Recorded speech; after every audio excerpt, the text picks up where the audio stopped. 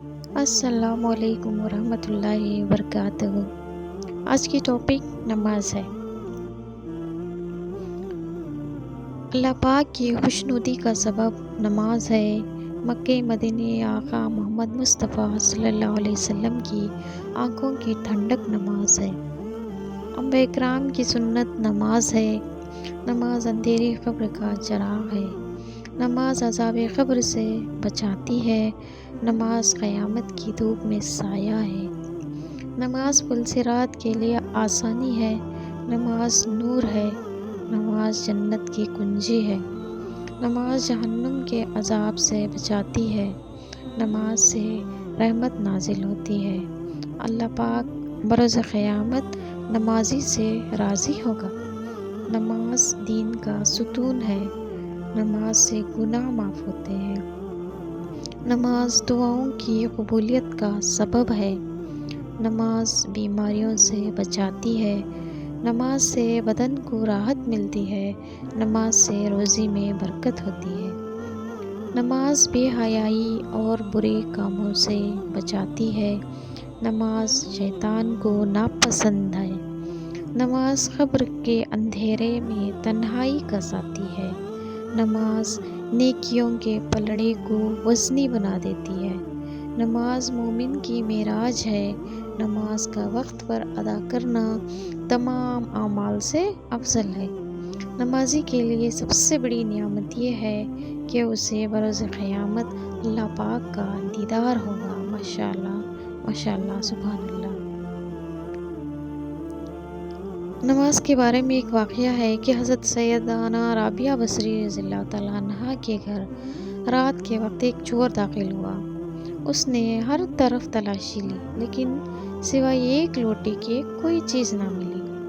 جب وہ جانے لگا تو آپ نے فرمایا، اگر تم چور ہو تو خالی نہیں جاؤ گے۔ اس نے کہا، مجھے تو کوئی شے نہیں ملی۔ فرمایا، اے غریب، اس لوٹے سے وضو کر کے کمرے میں داخل ہو جا اور 2 رکعت نماز ادا کر، یہاں سے کچھ نہ کچھ لے کر جائے گا۔ اس نے وضو کیا اور جب نماز کے لیے کھڑا ہوا تو حضرت رابعہ بصری رضی اللہ تعالیٰ عنہ نے دعا کی کہ اے میرے پیارے پیارے اللہ، یہ شخص میرے پاس آیا لیکن اس کو کچھ نہ ملا۔ اب میں نے اسے تیری بارگاہ میں کھڑا کر دیا، اسے اپنے فضل و کرم سے محروم نہ کر۔ ماشاءاللہ۔ اس چور کو عبادت کی ایسی لذت نصیب ہوئی کہ رات کے آخری حصے تک وہ نماز میں مشغول رہا۔ ماشاءاللہ۔ سحری کے وقت آپ اس کے پاس تشریف لے گئیں تو وہ حالت سجدے میں تھا۔ اپنے نفس کو ڈانٹتے ہوئے کہہ رہا تھا کہ اے نفس، جب میرا رب کریم مجھ سے پوچھے گا کہ میری نافرمانیاں کرتے ہوئے تجھے حیا نہ آئی، تو اگرچہ میری مخلوق سے گناہ چھپاتا رہا مگر اب گناہوں کی کلہڑی میں لے کر میری بارگاہ میں پیش ہے، اور نفس اگر رب العزت مجھے ملامت کرے گا اور اپنی بارگاہ رحمت سے دور کر دے گا تو میں کیا کروں گا؟ جب وہ فارغ ہوا تو آپ نے پوچھا، اے بھائی، رات کیسی گزری؟ بولا، میں عاجزی اور انکساری کے ساتھ اپنے رب باری کی بارگاہ میں کھڑا رہا تو اس نے میرا ٹیڑھا پن درست کر دیا۔ ماشاءاللہ۔ میری معذرت قبول فرما لی اور میرے گناہ بخش دیے اور مجھے میرے مقصد تک پہنچا دیا۔ پھر وہ شخص چہرے پر حیرانی و پریشانی کے آثار لیے چلا گیا۔ حضرت سیدنا رابعہ بصری رضی اللہ تعالیٰ عنہ نے بارگاہ الہی میں ہاتھ اٹھا کر عرض کیا کہ اے میرے پیارے اللہ، یہ شخص تیری بارگاہ میں ایک گھڑی کھڑا ہوا تو نے اسے قبول کر لیا، اور میں کب سے تیری بارگاہ میں کھڑی ہوں، کیا تو نے مجھے قبول نہیں فرما لیا؟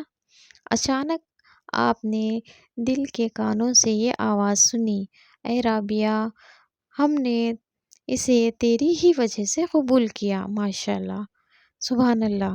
اور تیری ہی وجہ سے اپنی نزدیکی عنایت فرمائی۔ ماشاءاللہ۔ اللہ رب العزت کہ ان پر رحمت ہو اور ان کے صدقے ہماری بے حساب مغفرت ہو، آمین ثم آمین۔ نگاہ ولی میں وہ تاثیر دیکھی، بدلتی ہزاروں کی تقدیر دیکھی۔ نگاہ ولی میں وہ تاثیر دیکھی، بدلتی ہزاروں کی تقدیر دیکھی، ماشاءاللہ۔